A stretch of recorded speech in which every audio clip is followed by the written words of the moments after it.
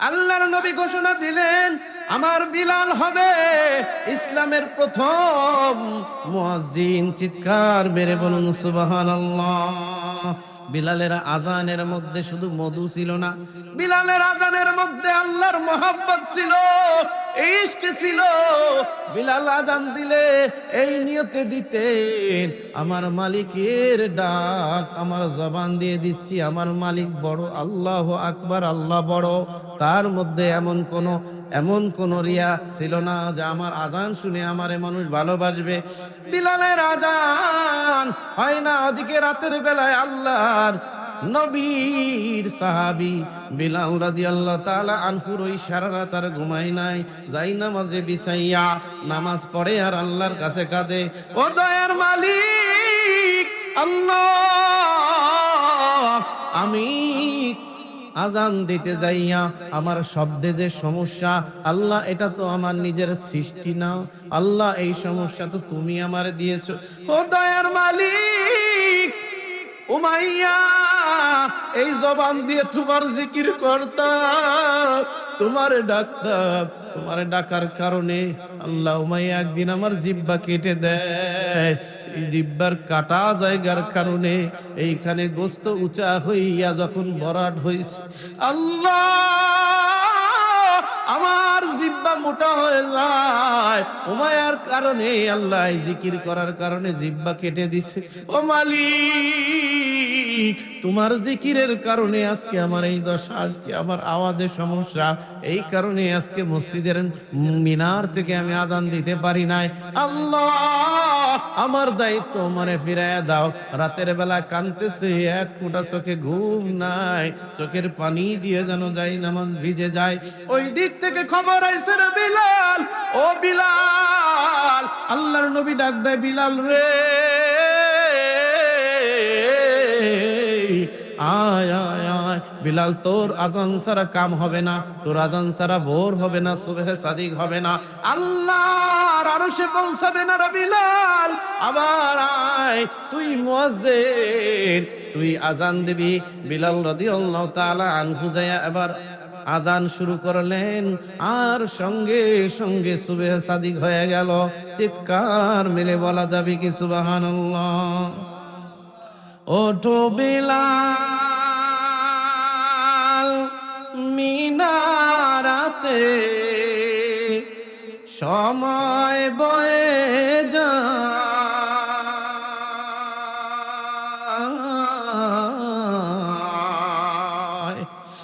আজান দাও গো মধুর সুরে, শুনবার মনে চায়। ওঠো বিলাল মিনারাতে, সময় বয়ে যায়,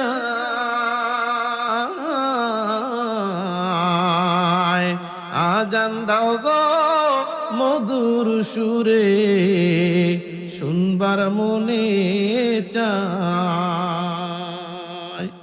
বেলাল বলে, আজান দিলে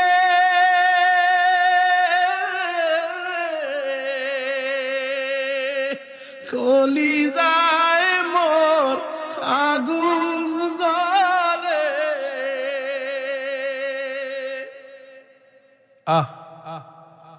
বিলাল রাদিয়াল্লাহু তাআলা আনহুর যখন কলিজায় আগুন লাগে, কোন সময় আগুন লাগছে?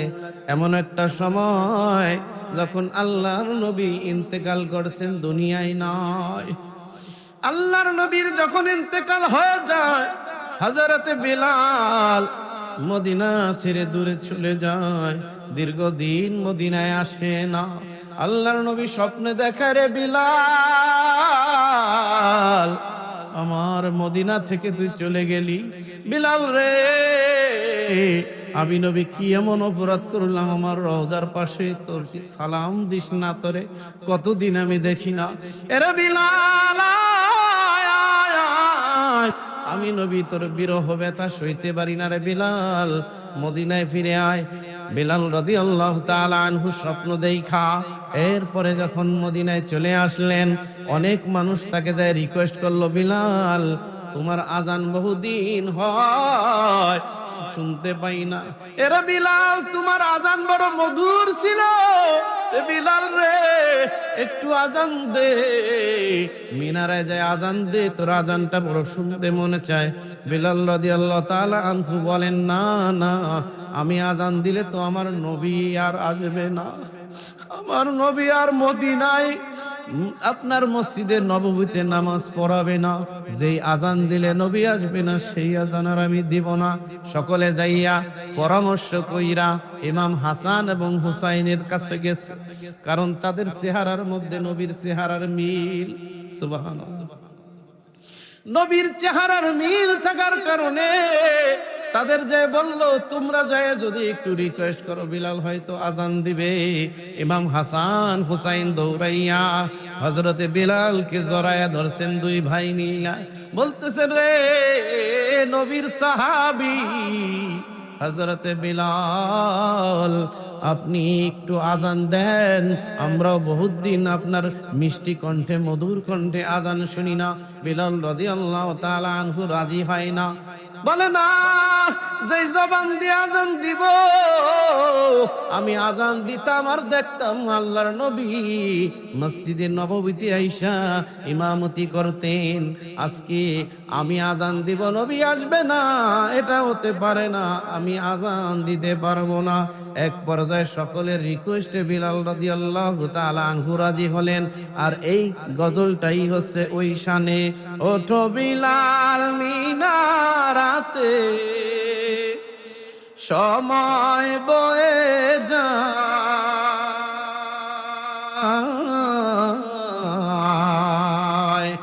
আজান দাও গো মধুর সুরে, শুনবার মনে চায়। বেলাল বলে, আজান দিলে কলিজায় মোর আগুন জ্বলে। আল্লাহু আকবার। বেলাল বলে, আজান দিলে কলিজায় মোর আগুন জ্বলে, আমার আজান কে শুনিবে, নবী নাই যে দুনিয়া,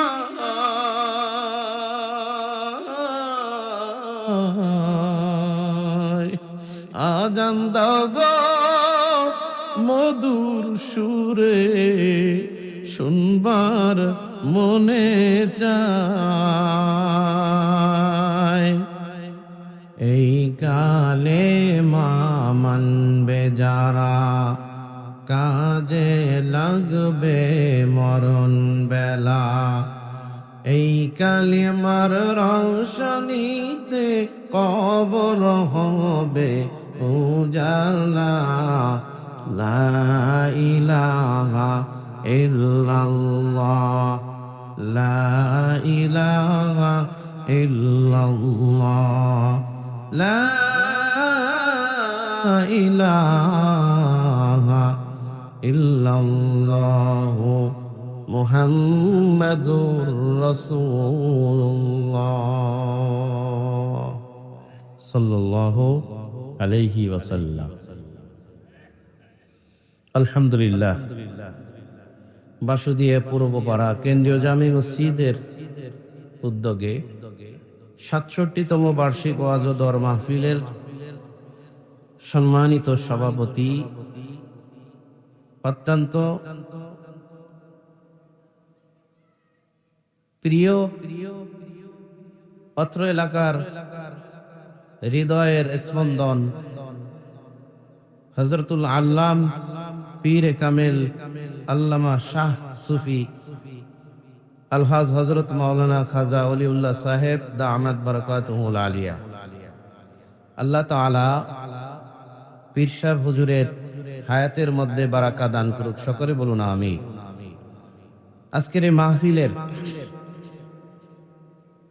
উপস্থিত সম্মানিত মুআজ্জাজ ও মুকাররম উলামায়ে কেরাম, সামনে উপবিষ্ট বৃদ্ধা বাবাজিরা, বন্ধুতুল্য যুবক ভাই, আদরের স্নেহের ছোট্ট কচিকাচারা, পর্দার অন্তরালের মা ও বোনেরা, মহান মালিকের দরবারে লাখো কোটি শুকর যে মহান মালিক আপনাকে আমাকে দয়া করে মায়া করে হাজারো প্রতিকূল অবস্থা, বিভিন্ন সমস্যা থেকে আল্লাহ তাআলা সময় বের করে এই মাহফিলের প্যান্ডেলে জান্নাতি সামিয়ানার নিচে আসার বসার মতো সুযোগ, যোগ্যতা, সুস্থতা যে মহামনিব দান করলেন, সেই মালিকের দরবারে শুকরগুজারি হই। জবানটা ছেড়ে সকলেই অন্তরের অন্তঃস্থল থেকে পড়ুন আলহামদুলিল্লাহ। প্রশংসা করলাম কার? আমাদেরকে বানিয়েছেন কে?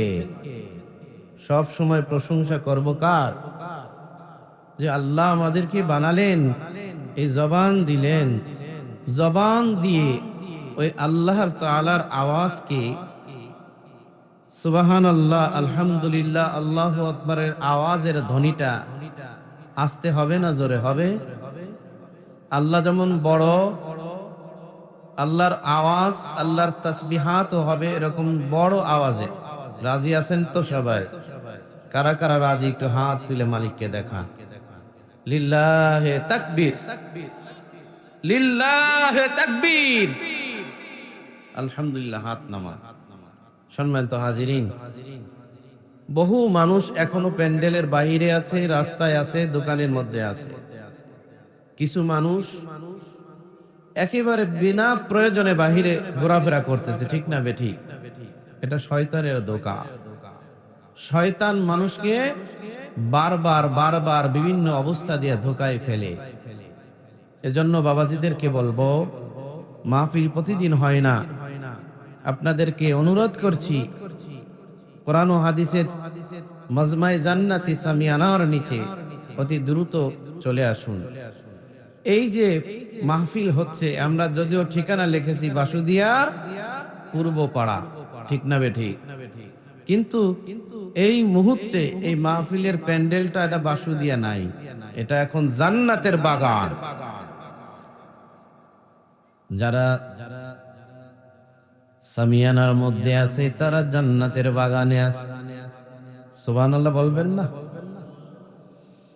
যারা প্যান্ডেলের বাইরে আছে তারা বাসুদিয়া পূর্ব পাড়া আছে। যারা সামিয়ানার মধ্যে আছে ওরা জান্নাতে আছে। আল্লাহ রাব্বুল আলামিন বলেন, জান্নাতি সামিয়ানায় যারা বসছে, আসছে, আসবে, আল্লাহ তাআলা এখানে জালিসুর রহমান বেহেশতের বাগান ঘোষণা দিয়েছে। আপনাদের কাছে প্রশ্ন, জান্নাতের বাগানে জাহান্নামী লোক থাকতে পারেনি? জান্নাতের বাগানে জান্নাতীরা থাকে। বলবেন হুজুর, আমাদের মধ্যে তো সুদখোর থাকতে পারে, জিনাকার থাকতে পারে, ঘুষখোর, মদখোর, সিটার, বাটপার, বিভিন্ন ধরনের লোক তো অনেক সময় মাহফিল শোনে, তা বলে সবাই জান্নাতি হলো কেমন করে? আল্লাহ রাব্বুল আলামিন ফেরেশতাদের ডাক দেয়া বলে, ও আমার ফেরেশতা, আজকে ওই বাসুদিয়া পূর্ব পাড়া ওয়াজ মাহফিলে এতগুলা মানুষ আমার গোলাম, তারা একত্রিত কেন হয়েছে? ফেরেশতারা বলে, আল্লাহ, তারা তোমার জান্নাত চায়, জাহান্নাম থেকে মুক্তি চায়। আল্লাহ, জাহান্নামকে ভয় করে, আল্লাহ তোমার কোরআনকে ভালোবেসে তারা আসছে। আল্লাহ রাব্বুল আলামিন ডাক দিয়ে বলেন, ও ফেরেশতা, তুমি সাক্ষী থাকো, আমি আমার ওই সকল বান্দাদের মাফ করে দিলাম। ফেরেশতারা বলে, আল্লাহ, ওখানে তো গুনাহগারও আছে। বলে, জান্নাতি লোকদের সম্মানার্থে যেহেতু তাদের সঙ্গী হইছে, আমি আল্লাহ জান্নাতীদের সঙ্গী হওয়ার কারণে আমি আল্লাহ তাদের সম্মানে তাদেরকেও মাফ করে দিলাম। এখন বলেন, যারা বসতে পারছেন খুশি না বেজার? কারা কারা বেজার হাত তুলে দেখান। যাক, বেজার দুইজন পাওয়া গেছে। বেজার আপনারা? না, আমরা সবাই খুশি, ঠিক না বেঠিক? সম্মানিত হাজিরিন, এক এক ফুলের এক এক ঘ্রাণ, এক এক দোকানের এক এক রকমের সদাই, ঠিক না বেঠিক? যদিও আমি আপনাদের এই মসজিদের ইমাম, জুমার সময় আমার আলোচনা শুনেন, মনে মনে ভাবতে পারেন দূর, হুজুরের ওয়াজ তো ডেইলি শুনি, পীরাই শুনি, ঠিক না বেঠিক? কিন্তু কোরআন এমন একটা কিতাব, কোরআনের আওয়াজ কিয়ামত পর্যন্ত থাকবে, কিন্তু কোনো তিক্ততা আসবে না। কোরআন শুধু শুনতেই মনে চায়, যত শুনবেন তত মজা, যত শুনবেন তত ঈমান তাজা। লিল্লাহে তাকবীর। সম্মানিত হাজিরিন, আমি ভূমিকা আর লম্বা না করে আপনাদের মাঝে যে আয়াতে কারিমা পেশ করেছি, সূরাতুল আনকাবুত, এই সূরার 2 এবং 3 নং আয়াতের উপরে আলোচনা করার ইচ্ছা পোষণ করেছি। আমা তাওফীক ইল্লা বিল্লাহ। সকলে বলুন আমিন। সম্মানিত হাজিরিন, আল্লাহ রাব্বুল আলামিন এই সূরার শুরু করেছেন হুরুফে মুকাত্তাআত, 3টি এমন হরফ দিয়ে যার অর্থ পৃথিবীর কেউ জানে না। আলিফ লাম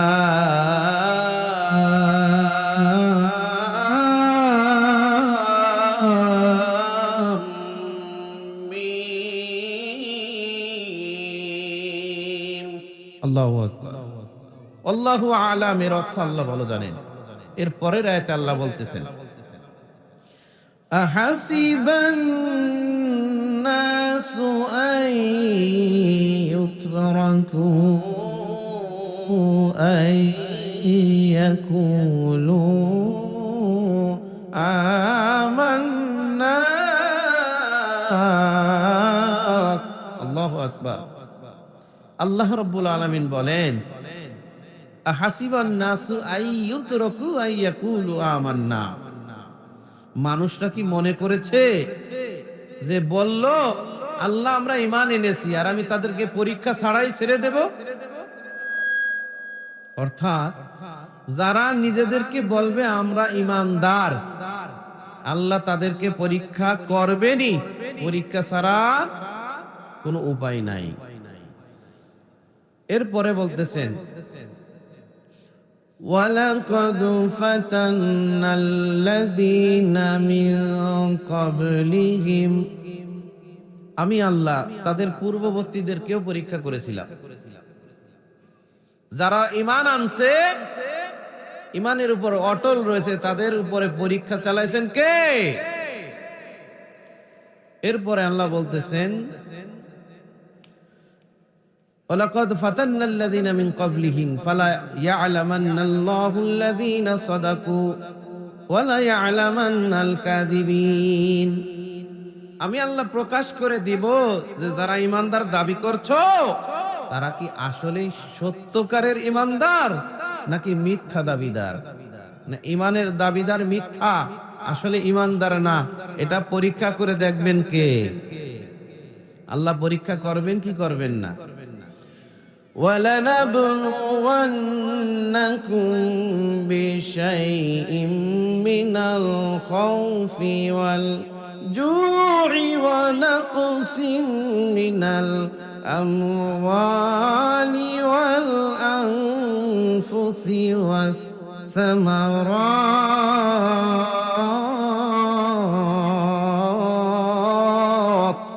আল্লাহু আকবার।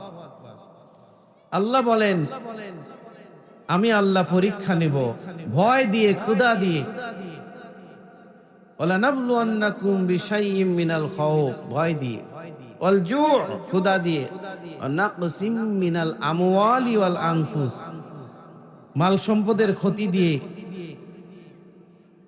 দেহের ক্ষতি দিয়ে, ওয়াস সামারাত, ফল ফসলের ক্ষতি দিয়ে। আল্লাহ এই যে পরীক্ষাগুলো যে নিবেন কেন? শুরুর যে আয়াত পড়েছি, যারা বলবে আমরা ঈমানদার, আল্লাহ ঈমানদার কি খাঁটি ঈমানদার, জান্নাতে যাওয়ার যোগ্য ঈমানদার কিনা আল্লাহ তাআলা মাঝে মাঝে কি করেন? পরীক্ষা করে। আর এরকম কঠিন কঠিন পরীক্ষায় উত্তীর্ণ হয়েছেন নবী রাসূলগণ, সাহাবায়ে কেরাম, ঠিক না বেঠিক?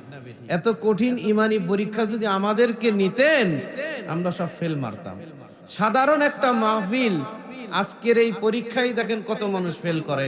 বহু মানুষ এখনো বাড়িতে আছে, দোকানে আছে, বাজারে আছে, চার দোকানে আছে, রাস্তাঘাটে আছে, শয়তানের বাক্স নিয়ে বসে আছে, গল্প গুজব নিয়ে আপনার আড্ডাখানায় বসে সময় নষ্ট করতেছে, কিন্তু ঈমানি মজমার মধ্যে সময় দিতে পারতেছে না। ফেল, ঠিক না বেঠিক? আপনারা কি পাস করবেন না ফেল করবেন? ইনশাআল্লাহ বলেন আমরা পাস করব। আইসাই তো বলছেন, এখান থেকে মাহফিল শেষ না করে বাড়িতে যাব না। রাজি আছেন তো? ইনশাআল্লাহ। আল্লাহ সবাইকে তৌফিক দান করুক। সম্মানিত হাজিরিন, কঠিন পরীক্ষা দিয়েছেন সাহাবায়ে কেরাম। আপনারা বেলাল রাদিয়াল্লাহু তাআলা আনহুর নাম শুনেছেন না? হযরতে বেলাল রাদিয়াল্লাহু তাআলা আনহুর উপর কঠিন থেকে কঠিন ঈমানি পরীক্ষা নেওয়া হয়েছে। যার উপরে যত বেশি পরীক্ষা নেওয়া হয়, সোনা যত পোড়ানো হয় তত খাঁটি হয়, ঠিক না বেঠিক? হযরতে বেলাল রাদিয়াল্লাহু তাআলা আনহু এমন একজন সাহাবী, আল্লাহ তাআলা তাকে এত কঠিন পরীক্ষা নিয়েছেন, এত কঠিন পরীক্ষা বহু মানুষ আছে নিলে সহ্য করতে পারবে না, ঈমান হারা হয়ে যাবে। সরিষার তেলকে পানি বলতেছে, পানি।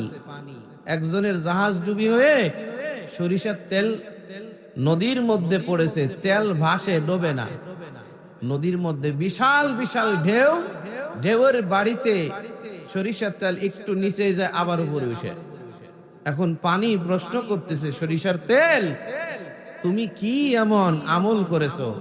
তোমার ভিতরে কি এমন রুহানিয়াত আছে, কি শক্তি আছে যার মাধ্যমে আমি তোমার ডুবাইতে পারি না?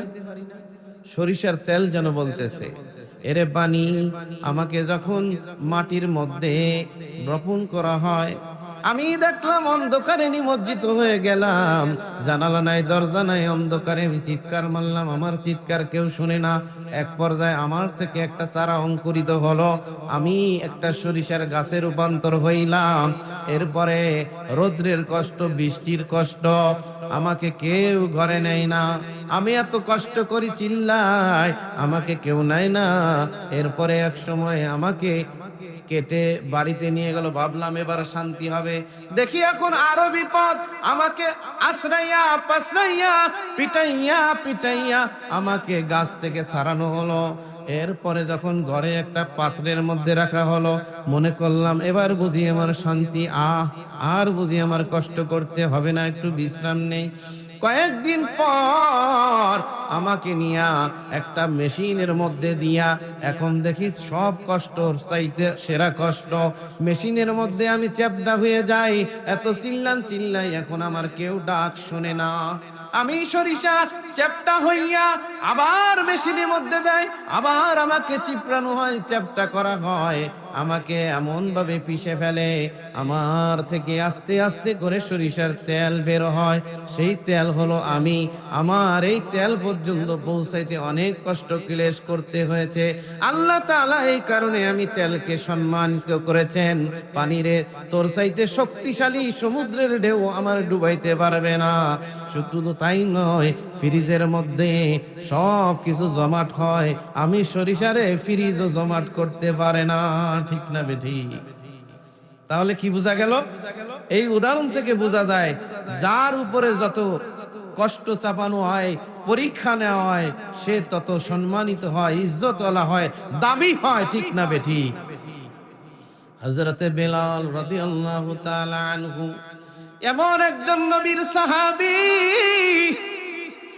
বেলাল ছিলেন গায়ের রঙে অত্যন্ত কালো। বর্তমানে আফ্রিকার নিগ্রো আপনারা অনেকেই দেখছেন মোবাইলে, টেলিভিশনে, আফ্রিকার যারা নিগ্রো তাদের মতো কুচকুচে কালো, মাথার চুলগুলো ছিল অত্যন্ত ঘন কালো, অত্যন্ত ঘন, পানি ভিতরে পৌঁছাইতে দেরি হয়। বেলাল রাদিয়াল্লাহু তাআলা আনহু ছিলেন গোলামের ঘরের গোলাম, দাসীর ঘরের দাসী, দাসীর ঘরের দাস। আপনার এই বিলাল রাদিয়াল্লাহু তাআলা আনহুর একটু পিছনের ইতিহাস টানেন। ওনার বাবার নাম হলো রাবাহ। বাবার নাম কি? মায়ের নাম হামামা, ভালো করে মনে রাখেন। পিতার নাম রাবা, মায়ের নাম হামামা, পিতাও গোলাম। পিতা কার গোলাম? তা যার গোলাম তার নাম হলো খলফ, খলফের গোলাম। এই খলফের গোলাম পিতা রাবা। আর বেলাল রাদিয়াল্লাহু তাআলা আনহুর মায়ের নাম হামামা। হামামা ছিলেন শাহজাদি, পিতা ছিলেন দাসী। এখন প্রশ্ন আসবে, দাসীর সাথে শাহজাদির বিবাহ কেমনে হলো? আর একটু পিছনে যান, বিলালের মা ছিলেন আপনার বাদশাহ আবরাহার আপন ভাতিজি। বাদশাহ আবরাহা, যিনি হাতি বাহিনী নিয়ে কাবা ঘরকে ধ্বংস করতে আসছিলেন যেই বছর আল্লাহর নবী জন্মগ্রহণ করেন, এই বাদশাহ আবরাহা হস্তি বাহিনী নিয়ে যখন আক্রমণ চালালেন, আল্লাহ রব্বুল আলামিন এক জাক পাখি পাঠালেন। আমরা যাকে বলি আবাবিল। আবাবিল আসলে কোনো পাখিরই নাম না, আবাবিল মানে পাখির জাক। আল্লাহ তাআলা এক জাক পাখি পাঠায়া দিলেন। সূরাতুল ফিলের মধ্যে আল্লাহ বলেন, আলাম তারা কাইফা ফাআলা রাব্বুকা বিআসহাবিল ফিল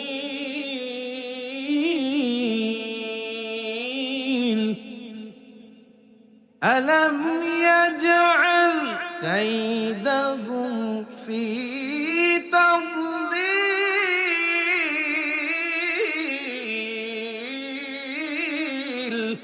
আল্লাহু আকবার। আল্লাহ তাআলা এই সূরায় ওই ঘটনা তুলে আনছেন। সম্মানিত হাজিরিন, তো ওই ঘটনার মধ্যে আল্লাহ রাব্বুল আলামিন যেই পাখির ঝাঁক পাঠাইলেন, প্রত্যেকটা পাখির ঠোঁটের মধ্যে একটা কঙ্কর, দুই পায়ের মধ্যে দুইটা কঙ্কর। পাখিটা ছোট, পাথরটা কি বড় হবে? খুবই ছোট। আল্লাহ রাব্বুল আলামিনের কুদরত, আসমানি গজব নাজিল হয়ে গেল। বাদশাহ আব্রাহার সকল হস্তি বাহিনী নিমিষেই পরাজিত হলেন। পাখির ঠোঁট থেকে আস্তে করে পাথর নিক্ষেপ করে, শুধুমাত্র ছেড়ে দেয়। আল্লাহ রাব্বুল আলামিন ওই পাথরগুলাকে বন্দুকের গুলির চাইতে স্পিড বাড়াইয়া এত জোরে ওই মানুষের গায়ের মধ্যে ফেলায়, মাথার মধ্যে লাগলে পায়খানার রাস্তা দিয়ে বের হয়, পেটে লাগলে পিঠ থেকে বের হয়। বন্দুকের গুলি আর কি স্পিড! আল্লাহ তাআলা কুদরতি ভাবে এমন ভাবে ওই পাথরের কণাগুলো ওখানে নিক্ষিপ্ত করালেন, প্রত্যেকটা মানুষ পরাস্ত হলেন। তারপরে কিছু মানুষ যারা বেঁচে আছে, কিছু পলায়ন করলেন, আর কিছু আরবদের কাছে কয়েদি হইয়া ধরা খেলেন, বন্দী হইলেন। এই বন্দীদের মধ্যে বাদশাহ আব্রাহার ভাতিজিও ছিলেন। আজকে ভাগ্য দোষে আজকে আপনার খলফের গোলাম হইলেন, দাসী হইলেন। এই হলো শাহজাদি, ইনি হলেন বিলাল রাদিয়াল্লাহু তাআলা আনহুর মা। আর বাবা ছিলেন খলফের একজন কৃতদাসী, তার নাম ছিল রাবা। এই রাবা এবং ওই শাহজাদি হামামার সঙ্গে বিবাহ হয়।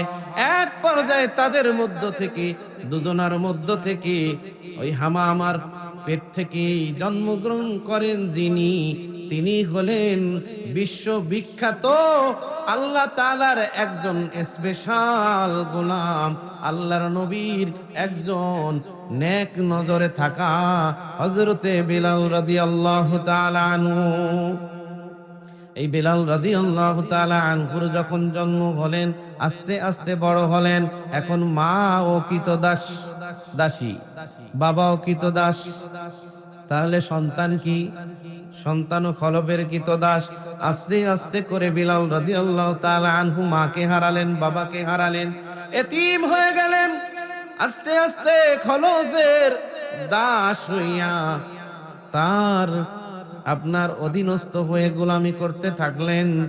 এক সময় খলফ ইন্তেকাল করলেন, তার সন্তান, তার নাম উমাইয়া। বুঝতেছেন? এই খলফের ছেলের নাম হলো উমাইয়া। এবার উমাইয়ার দাস, কৃতদাস হলেন কে? হযরতে বেলাল। হযরতে বেলাল। কিন্তু খলফ ছিলেন ভালো মানুষ, কিন্তু উমাইয়া কিন্তু অত্যন্ত খারাপ মানুষ। উমাইয়া একটা নিকৃষ্ট মনের মানুষ। উমাইয়ার দিলটা ছিল বড় শক্ত, পাথরের চাইতে শক্ত। সাধারণ কোন ত্রুটি পাইলে প্রচুর পরিমাণে আঘাত করত, মার দিত, অত্যাচার চালাইতো, নির্যাতন চালাইতো। হাজারাতে বিলাল আস্তে আস্তে বড় হইতে থাকলেন। বিলাল যখন কিশোর হয়ে গেলেন, ওই সময় বিলাল রাদিয়াল্লাহু তাআলা আনহু জানতে পারলেন মদিনাতে একজন নবী আছেন যার নাম মুহাম্মদ সাল্লাল্লাহু আলাইহি ওয়াসাল্লাম। তার কথা শুনে মুগ্ধ হইয়া বিলাল রাদিয়াল্লাহু তাআলা আনহু এক পর্যায়ে যাইয়া আল্লাহর নবীর কাছে বায়াত হইলেন, আল্লাহর নবীর কাছে ইসলাম গ্রহণ করলেন, ঈমান আনলেন। আল্লাহর নবীর দিক নির্দেশনায় আমল করতে থাকলেন। কিন্তু খবর ছড়ায় গেল। উমাইয়া যখন জানতে পারলেন, উমাইয়া এবার আপনার নির্যাতনের স্টিম রোলার বাড়ায় দিলেন। উমাইয়া এবার তাকে নির্দেশ করলেন, তার অধীনস্থ গোলামদেরকে বললেন, এই উমাইয়া ডাক দিয়ে বলতেছেন, বিলালকে প্রতিদিন চাবুক দিয়ে আঘাত করতে থাকবা। বিলালকে প্রচুর পরিমাণে চাবুকের আঘাত করা হইল। পিঠের চামড়াগুলো ফিনকি দিয়ে ফেটে রক্ত বাইর হইতে থাকলো। বিকাল বেলা বিলালকে ছেড়ে দেওয়া হলে সারা রাত বিলাল কাঁদতেন, ও দয়ার মালিক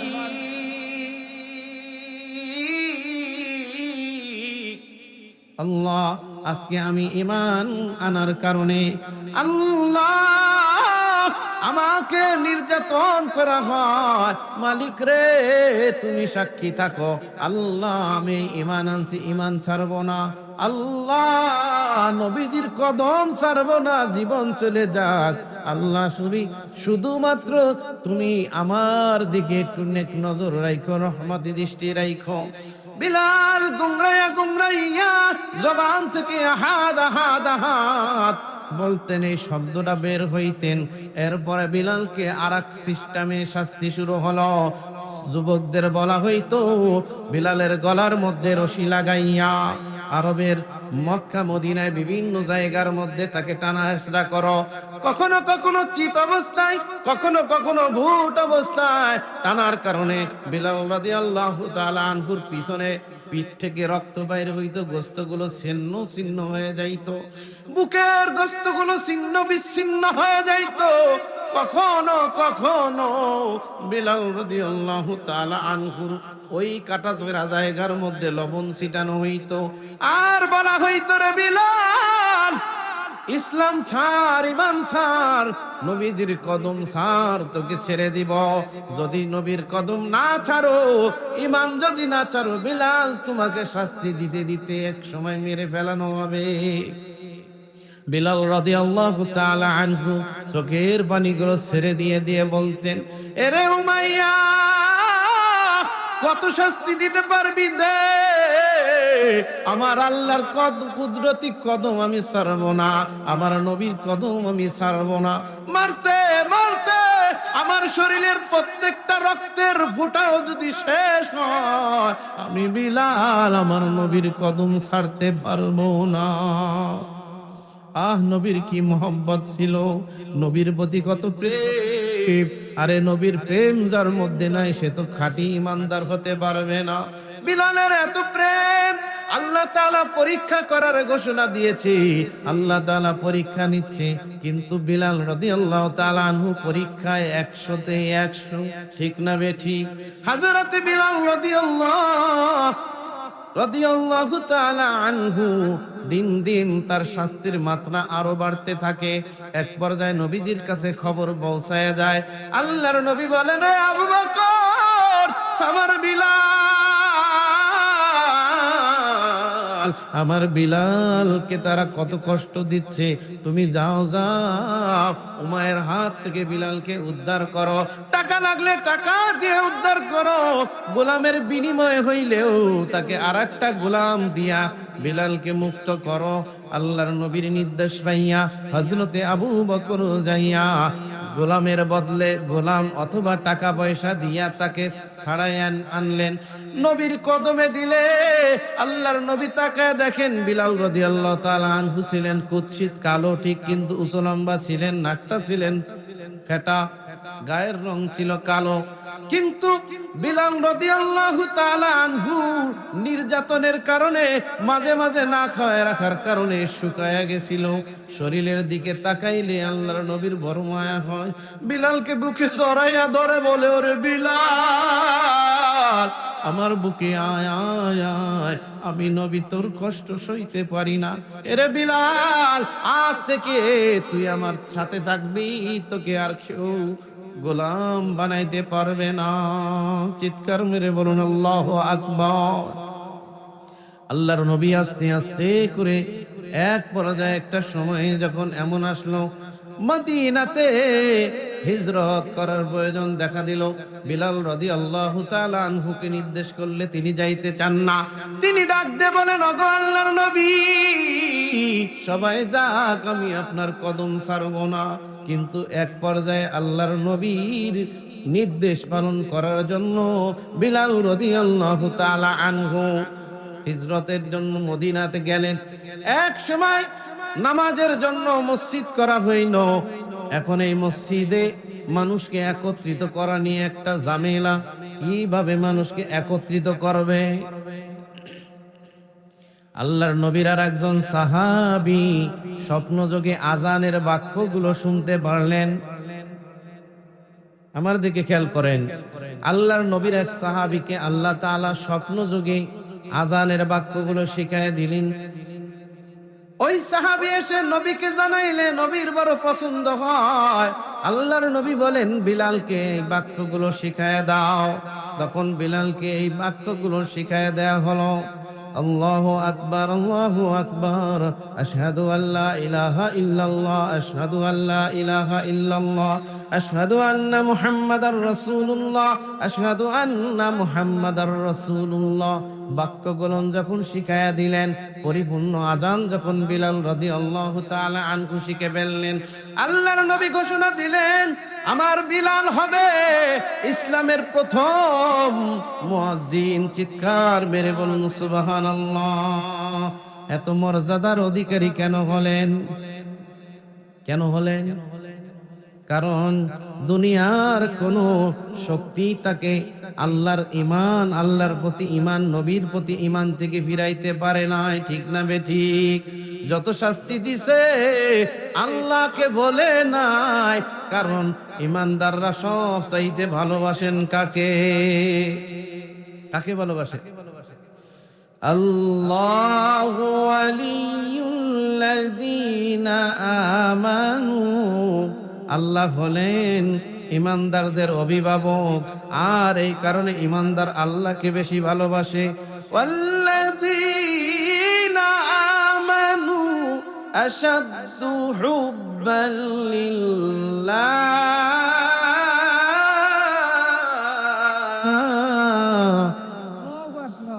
ইমানদাররা কাকে বেশি ভালোবাসে?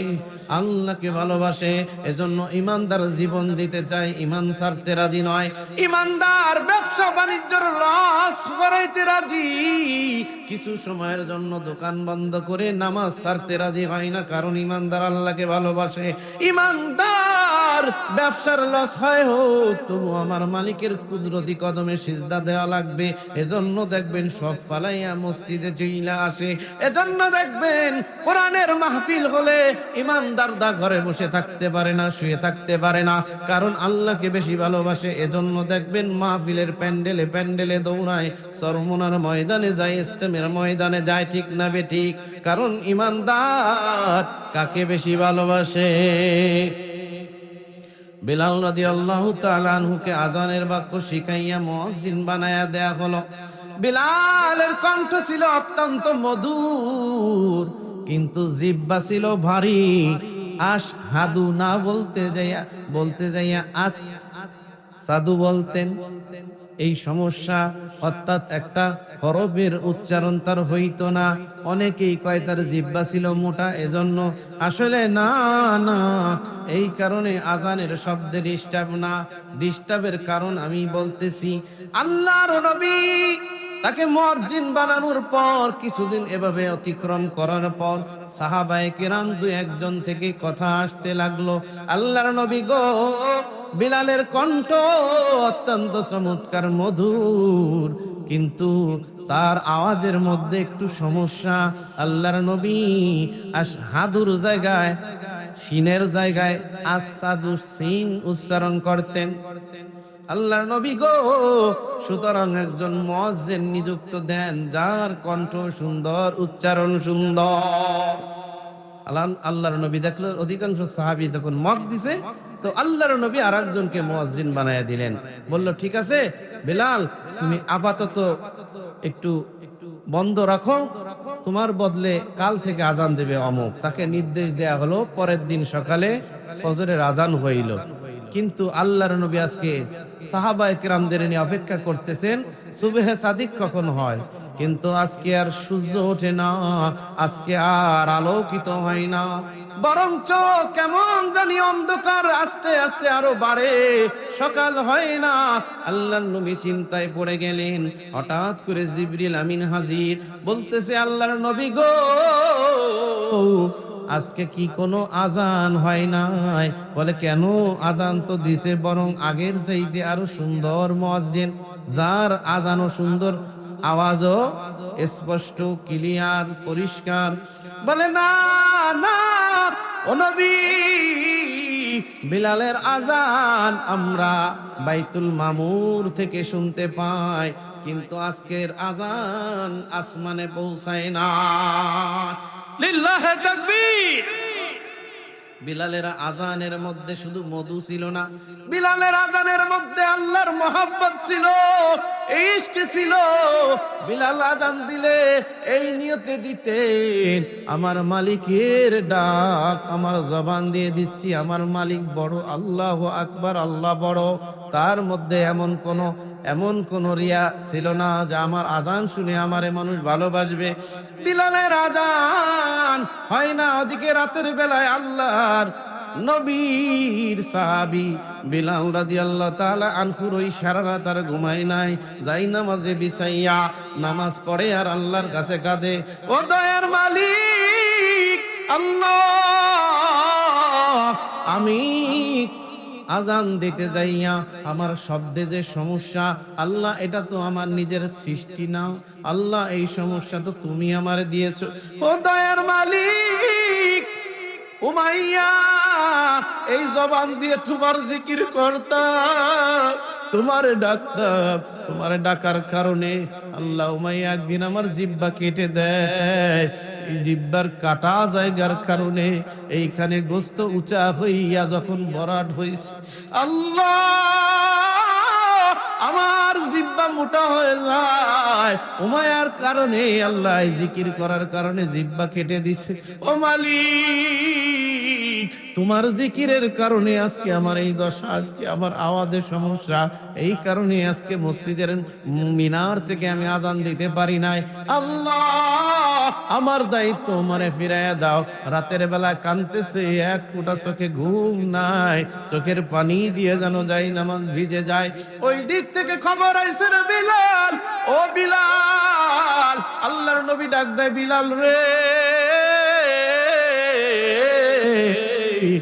আয় আয় আয়। বিলাল, তোর আজান ছাড়া কাম হবে না, তোর আজান ছাড়া ভোর হবে না, সুবহে সাদিক হবে না, আল্লাহর আরশে পৌঁছাবে না রে বিলাল।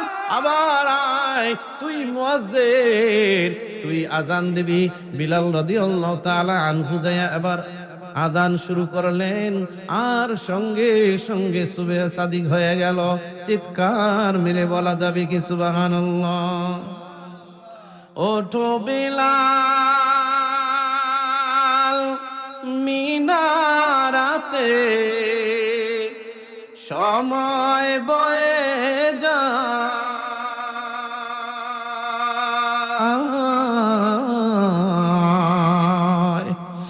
আজান দাও গো মধুর সুরে শুনবার মনে চায়। ওঠো বেলাল মিনারাতে, সময় বয়ে যায়।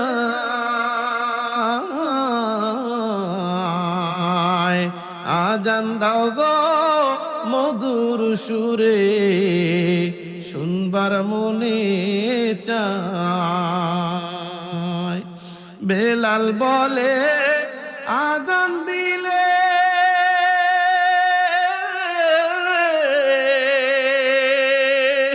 কলিজায় মোর আগুন জ্বলে।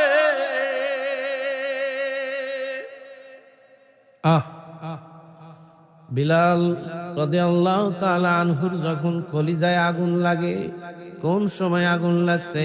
এমন একটা সময় যখন আল্লাহর নবী ইন্তেকাল করছেন, দুনিয়ায় নয়। আল্লাহর নবীর যখন ইন্তেকাল হয়ে যায়, হযরতে বিলাল মদিনা ছেড়ে দূরে চলে যায়, দীর্ঘদিন মদিনায় আসে না। আল্লাহর নবী স্বপ্নে দেখায়, রে বিলাল, আমার মদিনা থেকে তুই চলে গেলি। বিলাল রে, আমি নবী কি এমন অপরাধ করলাম? আমার রওজার পাশে তোর সালাম দিস না, তোরে কতদিন আমি দেখি না। এরে বিলাল, আমি নবী তোর বিরহ ব্যথা সইতে পারি না রে বিলাল, মদিনায় ফিরে আয়। বিলাল রাদিয়াল্লাহু তাআলা আনহু স্বপ্ন দেখা এরপরে যখন মদিনায় চলে আসলেন, অনেক মানুষ তাকে যায় রিকোয়েস্ট করলো, বিলাল তোমার আজান বহুদিন হয় শুনতে পাই না।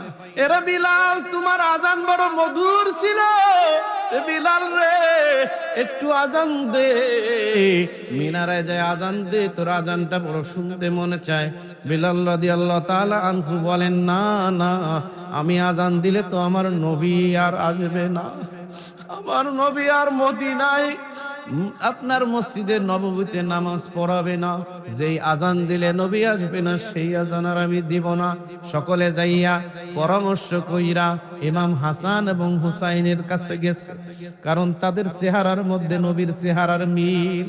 সুবহানাল্লাহ, নবীর চেহারার মিল থাকার কারণে তাদের যে বললো, তোমরা যায় যদি একটু রিকোয়েস্ট করো, বিলাল হয়তো আজান দিবে। ইমাম হাসান হুসাইন দৌড়াইয়া হযরতে বিলালকে জড়াইয়া ধরছেন, দুই ভাই মিল্লা বলতেছেন, রে নবীর সাহাবী হযরতে বিলাল, আপনি একটু আজান দেন, আমরা বহুত দিন আপনার মিষ্টি কণ্ঠে মধুর কণ্ঠে আজান শুনি না। বিলাল রাদিয়াল্লাহু তাআলা আনহু রাজি হয় না, বলে না, যে জবান দিয়ে আজান দিব, আমি আজান দিতাম আর দেখতাম আল্লাহর নবী মসজিদে নববীতে আইসা ইমামতি করতেন, আজকে আমি আজান দিব নবী আসবে না, এটা হতে পারে না, আমি আজান দিতে পারবো না। এক পর্যায়ে সকলের রিকোয়েস্টে বিলাল রাদিয়াল্লাহু তাআলা আনহু রাজি হলেন। আর এই গজলটাই হচ্ছে ওই শানে, ওঠো বিলাল মিনারাতে, সময় বয়ে যায়।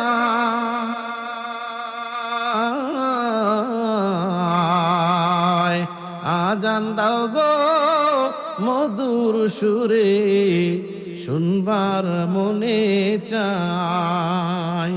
বেলাল বলে আজান দিলে কলিজায় মোর আগুন জ্বলে। আল্লাহু আকবার। বেলাল বলে আজান দিলে কলিজায় মোর আগুন জ্বলে, আমার আজান কে শুনিবে, নবী নাই যে দুনিয়া।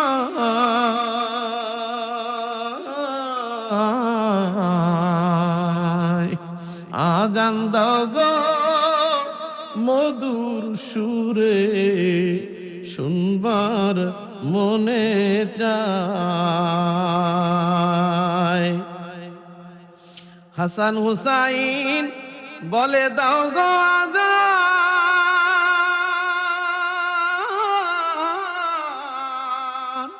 ঠান্ডা হবে তামাম জাহান।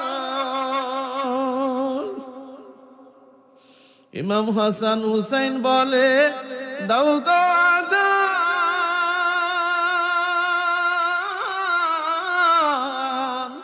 ঠান্ডা হবে তামাম জাহান।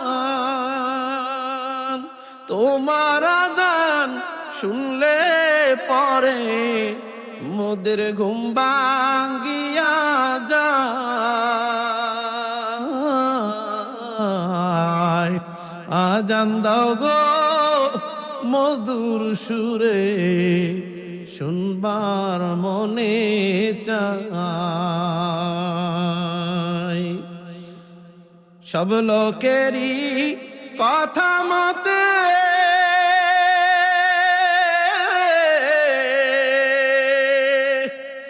ওঠে বিলাল মিনারাতে,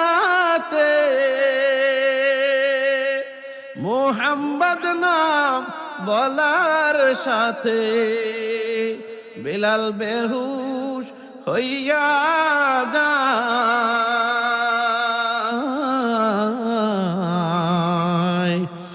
ও আজান দাও গো মধুর সুরে, শুনবার মনে চায়। বিলাল রাদিয়াল্লাহু তাআলা আনহু আযান শুরু করলেন, আল্লাহু আকবার, আল্লাহু আকবার, আশহাদু আল্লা ইলাহা ইল্লাল্লাহ, আশহাদু আল্লা ইলাহা ইল্লাল্লাহ। এই পর্যন্ত ঠিক আছে। এর পরের শব্দ যখন তিনি বললেন আশহাদু আন্না মুহাম্মাদার রাসূলুল্লাহ, নবীর নাম বলার সাথে সাথে মসজিদে নববীর দিকে তাকায় দেখে নবী নাই, নবী নাই, নবী নাই, নাই রে, নবী নাই। এজন্য বিলাল রাদিয়াল্লাহু তাআলা নবীর বিরহে বেহুশ হয়ে পড়িয়া গেছে। বিলালের যখন হুশ আসছে বলে আর কোনদিন আমি আজান দিব না, আর আমি বিলাল আজান দিব না, মদিনায়ও থাকবে না। বিলাল রাদিয়াল্লাহু তাআলা আনহু এক পর্যায়ে মদিনা ছেড়ে চলে গেলেন আবিসিনিয়ায়। এক সময় সেখানে আস্তে আস্তে করে বয়স বাড়তে লাগলেন। এক পর্যায়ে বিলাল দুনিয়া থেকে ইন্তেকাল করে চলিয়ে গেলেন। এ যুবক মুসলমান ইমানদার গো, আমি যে আয়াত পড়ছি আল্লাহ তাআলা বলেন আহাসিবান নাসু আইয়ুতরাকু আইয়াকুলু আমান্না, তারা মানুষরা কি মনে করেছে, তারা বলতেছে আমরা ঈমান এনেছি আর আমি আল্লাহ তাদের পরীক্ষা না করে ছেড়ে দিব। এ বিলাল রাদিয়াল্লাহু তাআলা আনহুর মতো পরীক্ষা, এই মাহফিল একটা পরীক্ষা, সকালের ফজরের নামাজ একটা পরীক্ষা। আল্লাহ পরীক্ষা করবেন আমার বান্দারা আমার কোরআনের আলোচনা শোনার জন্য আসলেই জাহান্নামের ভয়ে আসছে নাকি সৌজন্যমূলক আসছে। আরে একটা বাৎসরিক মাহফিল না গেলে সে কি কইব, এই নিয়তে আসছে না জাহান্নামের ভয়ে আসছে? পরীক্ষায় পাশ করবে তারা, ফজরের নামাজ জামাতে পড়বে যারা, ঠিক না বেঠিক? কারা কারা নামাজ পড়বেন? এক ওয়াক্ত নামাজ ইচ্ছাকৃত ছাড়বেন না। একটু হাত তুলে মালিকরে দেখান, লিল্লাহে তাকবীর, আলহামদুলিল্লাহ, হাত নামান। সম্মানিত হাজিরিন, বিলালের প্রেম ছিলেন সবচাইতে আল্লাহর প্রতিবেশী। নাম্বার 2 নবীর প্রতিবেশী। একজন ইমানদার সবচাইতে আল্লাহকে ভালোবাসবেন, দ্বিতীয়ত নবীকে ভালোবাসবেন। যদি নবীর মহব্বত ভালোবাসা নিজের জীবনের চাইতে বেশি না হয়, আল্লাহ তাআলা ওই ঈমান গ্রহণ করবেন না। কারণ আল্লাহর নবী বলেন লা ইউমিনু আহাদুকুম হাত্তা আকুনা আহাব্বা ইলাইহি মিন ওয়ালিদিহি ওয়া ওয়ালাদিহি ওয়ান নাসি আজমাইন। ততক্ষণ পর্যন্ত তোমরা মুমিন হতে পারবে না যতক্ষণ না পর্যন্ত আমি নবীকে তোমাদের জীবনের চাইতে, মা বাবার চাইতে, ছেলে মেয়ের সন্তানের চাইতে, টাকা পয়সা বাড়ি গাড়ির চাইতে, এমনকি জীবনের চাইতে আমি নবীকে বেশি মহব্বত না করবা, ততক্ষণ প্রকৃত ইমানদার হইতে পারবা না। আল্লাহর পরীক্ষা পদে পদে আসবে। আল্লাহ কাউকে ধনী বানায় পরীক্ষা নেন, কাউকে গরিব বানায় পরীক্ষা নেন, কাউকে জন্ম অবস্থায় গরিব ঘরে জন্মগ্রহণ করায়া পরীক্ষা, কাউকে জন্ম অবস্থায় কোটিপতির ঘরে জন্মগ্রহণ করায়া পরীক্ষা, কাউকে জিরো থেকে হিরো বানায়া পরীক্ষা নেয়, কাউকে হিরো থেকে জিরো বানায় পরীক্ষা নেয়। কারণ আল্লাহ তাআলা দেখতে চান আমার বান্দা, আমার গোলাম, আমি আল্লাহ যেই অবস্থা তার করি সেই অবস্থায় খুশি থাকে কি থাকে না, ঠিক না বেঠিক? এজন্য আল্লাহর পরীক্ষায় যদি পাশ করতে হয় তাহলে ঈমানি শক্তি বাড়াইতে হবে। আর ঈমান বাড়বে কিসে? বলে কোরআনের আয়াত বেশি শুনলে, কোরআনের আলোচনা বেশি, শান বেশি বেশি পড়লে, কোরআন আমল বেশি বেশি করলে। কারণ আল্লাহ তাআলা বলেন ওয়া ইযা তুলিয়াত আলাইহিম আয়াতুহু যাদাতুহুম ঈমানা।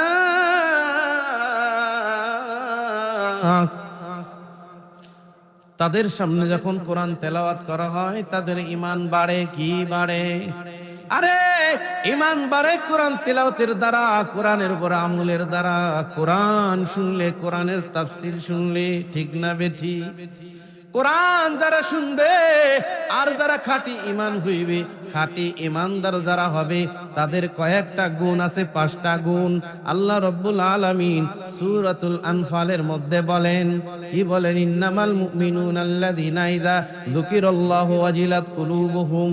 ঈমানদার তারা যারা আল্লাহর নাম উচ্চারিত হইলে তাদের দিলটা কম্পিত হয়, ভীত সন্ত্রস্ত হয়। ওয়াইজা তুলিয়াত আলাইহিম আয়াতুহু যাদাতহুম ঈমানা। কোরআন তেলাওয়াত শুনলে তাদের ঈমানি পাওয়ার বাড়ে।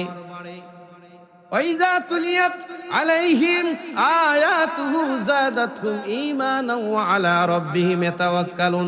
যত রকমের বিপদ আসুক, বালা মুসিবত আসুক, ওই বিপদ আপদ বালা মুসিবতের মধ্যে একমাত্র ভরসা করবে আল্লাহর। এটা ঈমানদারদের গুণ। এজন্য ঈমানদারদের গুণ অর্জন কইরা যদি কবরে যাইতে পারেন আল্লাহ রাব্বুল আলামিন তাহলে 10 দুনিয়ার চাইতে বড় জান্নাতের মালিক বানায় দিবেন।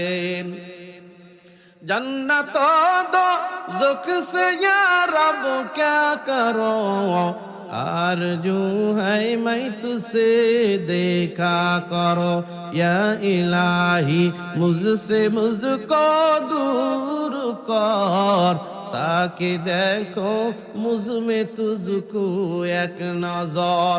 আমি আপনাদেরকে জানতে চাই নবীকে বেশি ভালোবাসা লাগবে জীবনের চাইতে বেশি। এজন্য নিজের জীবনের চাইতে যদি নবীকে ভালোবাসতে হয় তাহলে নবীর আদর্শ বাস্তবায়ন করা লাগবে কি লাগবে না? নবীর আদর্শ আগে বডিতে সেট করেন, এরপরে পরিবারের মধ্যে নবীর আদর্শ বাস্তবায়ন করেন, এরপরে সমাজের মধ্যে বাস্তবায়নের চেষ্টা, এরপরে রাষ্ট্রের মধ্যে চেষ্টা, ঠিক না বেঠি? এক শ্রেণীর মানুষ আছে রাষ্ট্রের মধ্যে দিন কায়েম করতে চায়, অথচ দেখা যায় নিজের বডির মধ্যে দিন কায়েম হয় না। এখন আছে না নাই? কথা কয় না। বহু মানুষ আছে নিজের ঘর ঠিক নাই, নিজে ঠিক নাই, ইসলাম কায়েম করে ফেলবে, রাষ্ট্র কায়েম করবে। এটা সম্ভব? আগে নিজে ঠিক হন। এখন যদি আপনি বিড়ি খান আর পোলারা যদি কয় বিড়ি খাওয়া যাবে না, বিড়ি খাওয়া জায়েজ নাই, ওলা শুনবেনি? কথা কয় না। শুনবে? শুনবে না। আগে নিজের খাওয়া ছাড়তে হবে। আপনি নামাজ পড়েন, 5 ওয়াক্ত নামাজ পড়তে পড়তে পড়তে পড়তে এরপরে সন্তানকে যদি নির্দেশ দেন, সন্তান নামাজ পড় বাবা, নামাজ না পড়লে ভাত জুটবে না, ভাত দেওয়া হবে না, তখন ঠিকই ভয়ে নামাজ পড়বে। কিন্তু আপনি যদি নামাজ না পড়েন, সন্তানকে বেশি জোর দিয়ে খাওয়া যায় না, বড় জোর এইটুকু খাওয়া যায়, বাবা নামাজ পড়ো, নামাজ পড়া ভালো। কিন্তু সন্তান মনে মনে কয় নিজে পড়ে না, আমানে কয়, ঠিক না বেঠিক? আর যেটুকু মানুষ নামাজের জন্য পাগল হয়, শয়তান পদে পদে পদে পদে তাদেরকে ধোঁকা দেয়। এক লোক চুরি করতে গেছে, এখন তো জুয়ানদের বাসায় চোর যাইতে চায় না, কারণ যেই জানালার চিপা চাপা দিয়ে একটু উকি ঝুঁকি মারে, মাশাআল্লাহ আল্লাহর বান্দা মুনাজাতে লিপ্ত আছে। কি বোঝেন নাই? যুবকদের বাসায় চোর যায় না, দেখা যায় আল্লাহর বান্দারা মুনাজাতে আছে, মানে ভাই এমন ভাবে সারা রাত টিপতে থাকে, চোরে চিন্তা করে ঘুমায়ও না, চুরিও করতে পারি না, যা বুইরার বাসায় যাই। এবার বুইরার বাসায় গেছে, ও মা এ কি দিয়ে বুইরা ওদি ফেসবুক চালায়।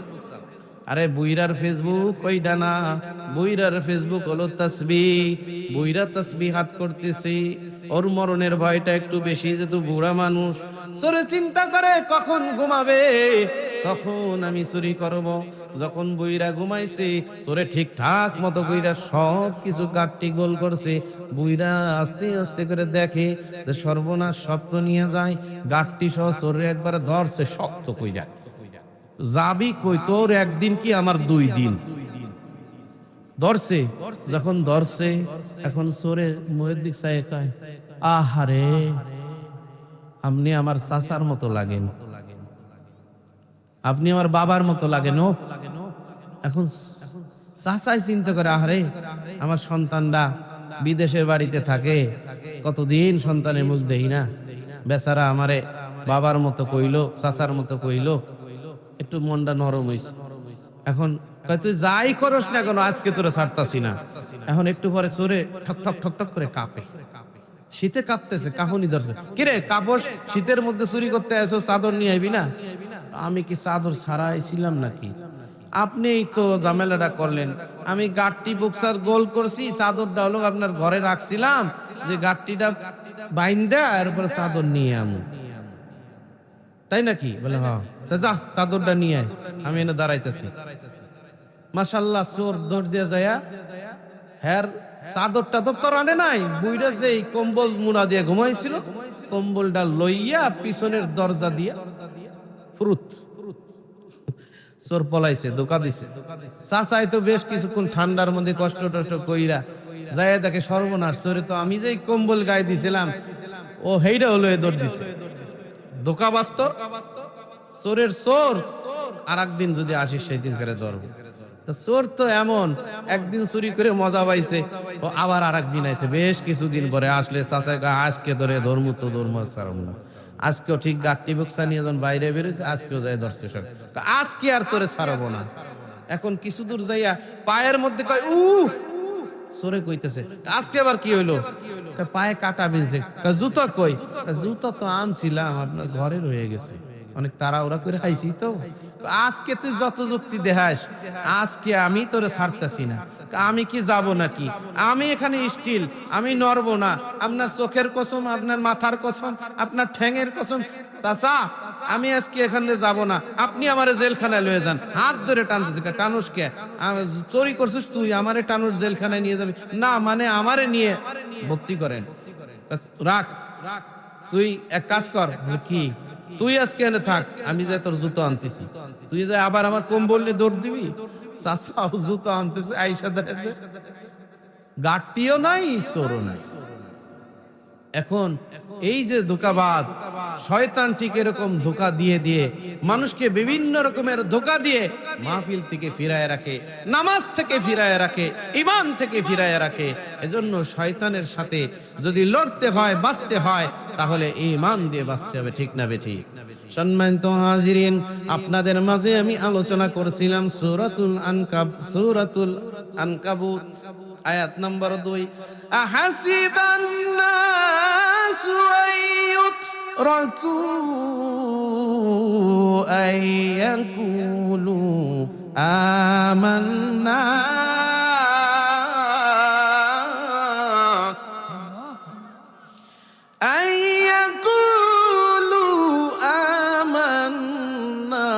ওয়া হুম লা ইফতানুন।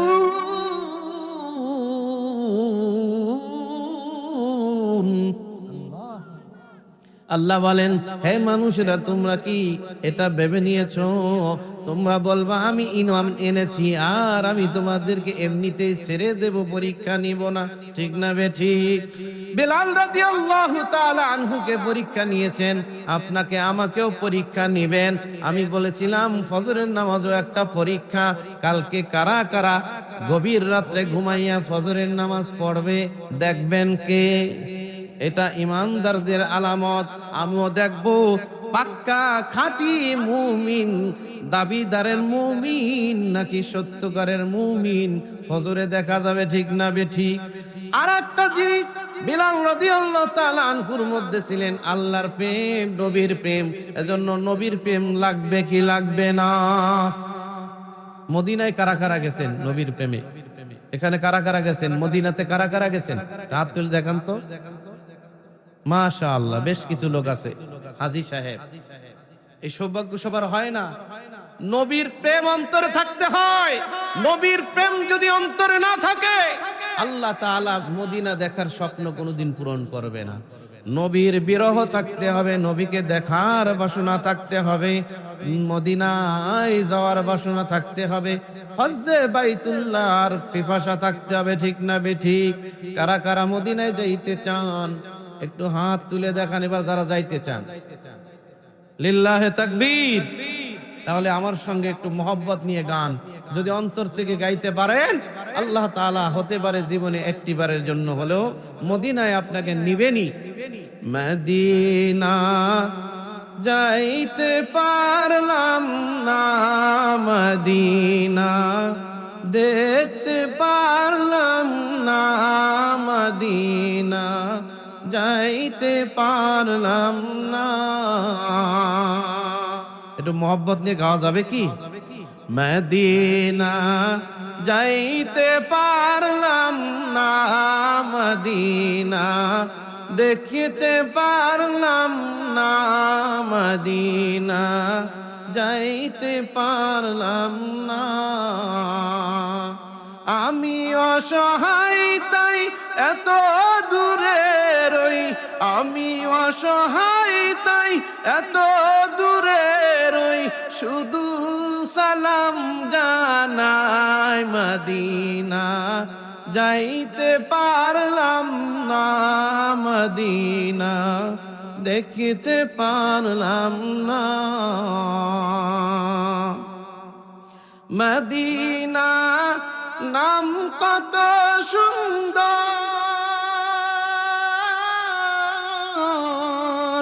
মদিনা কেড়েছে অন্তর, সেই মদিনার পথের ধুলি আমি মাখতে পারলাম না, মদিনা যাইতে পারলাম না, মদিনা দেখতে পারলাম না।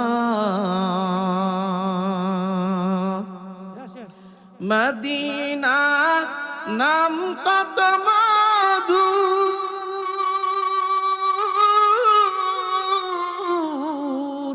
মদিনা আর যে কত দূর,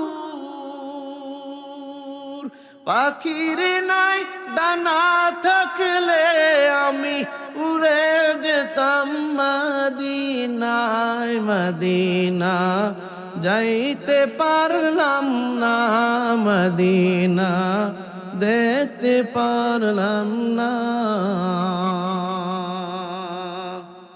মদিনা যাইতে মনে চায়।